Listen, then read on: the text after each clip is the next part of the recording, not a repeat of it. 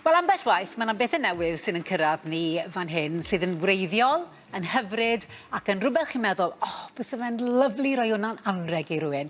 Ac un o'r rheini yw'r blwch bach prydferth yma o dair o gerddi ac yn gyfrifol am y syniad yma Mererid Hopwood. Croeso cynnes ato ni. Mae hwn yn hyfryd. Nawr, ni wedi tynnu lluniau o'r hyn sydd tu fewn i'r blwch bach yma. So, esbonio wrthon ni beth yw'r cerddi yma, siwt maen nhw wedi cael ei roi at ei gilydd. Iawn. Ie, wel, y gofid neu'r syniad tu ôl iddo fe, oedd bod fi'n dechrau sylweddoli bod ni wedi mynd yn rhai diog iawn o ran cofio pethau. A meddwl bod hi'n bwysig bod ni'n mynd nôl at y grefft o gofio. Siwt i ni'n cofio. A meddwl, wel, pan o'n i'n fach, y ffordd o'n i'n cofio oedd trwy gwato geiriau. Dysgu llinell, cuddio, darn ac yn y blaen.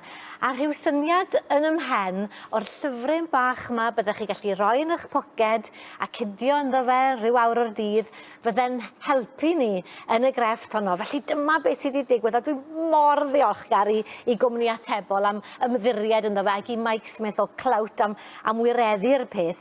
Felly, cerdd, ar y dudalen cyntaf, mae yna 7 cam, cofio, mae'r gerdd yn gyfan, beth sydd gyda fi fan hyn, pan fod seren yn rhagori, fe fydd pawb a'i olwg arni. Ond pan ddel unwaith gwmwl drosti, ni fydd llawer sôn amdani. Cerdd o'na, cerdd sy'n rhan o'n traddodiad ni, rhan o cof yn cenedl ni, allech chi weid. Chi'n troi dudalen, a mae'r cwbl wedi mynd. Na gyd sydd gyda chi yw un bocs bach a llun y seren.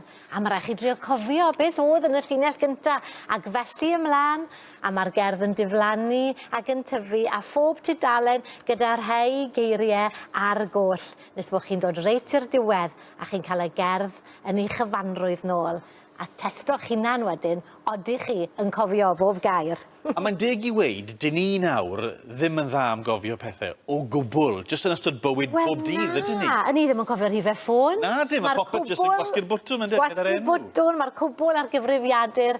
Ac nid jyst ni fel unigolion wrth bod ni'n mynd yn hun, neu wrth bod ni'n rhai iau. Chymod, mae'r busnes yma o wbod sydd ti gofio yn rhywbeth dylen ni drysori, ond hefyd ni fel pobl, fel cenedl. Mae siwr beth i gael a cof cenedl, a mae rhaid i ni ofalu am hwnna.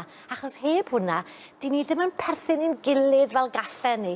Ac falle gobeithio fydd y llyfrau bach yma yn bresant neis, ond hefyd yn rhyw siort o helpu ni, a i helpu ni fel unigolion ac i ni fel pobl dan gilydd. A beth sy'n ein nhw'n hyfryd hefyd yw'r lliwiau yma a'r sgleiniog iawn. Sgleiniog yn hollol. A'r olwg yn wych. Yn hollol, a gallwch chi gydio, os oes handbag dych chi, allwch chi roi'r cwbl a mynd â fe am y dydd, neu os mae dim ond poced sydd dych chi, allwch chi ddewis pa un i chi eisiau. Dwi wedi arbrofi gyda bobl hŷn y teulu, a maen nhw'n gweld bob gair achos mae'r sgrifen yn wyn yn erbyn cefndir di, a wedyn gobeithio fydd e'n drysor i'r rhai iau hefyd, iddyn nhw gael eisiau cofio. Lloer ar ser, mae'r tri bach yma yn ymwneud â'r lloer ar ser. Ond... Nid casgliad bach hyfryd, os na potensial am fwy? Oes. Dwi dibynnu, dwi ar Gareth a Rachel a Owen yng Nghymru Archebwch, ond dwi yn gobeithio, a dwi wedi dweud bod chi'n gallu cael nhw yn eich siopau lleol, neu ar gwales.com, neu ar atebol.com. A siwt dewis... Pam dewis y tri ma, neu siwt i dewis? Wel, oedd na restr hir, fer, dyn ni, ac wedi rhwngddo ni wedyn, ethon ni ati, mae yna rei ar sonedau, mae yna rei am serch, mae yna rei am liwiau, chwaraeon, mae bob math o grwpiau gyda ni, ond meddwl dechrau gyda'r lloer ar ser, mae yna rhywbeth.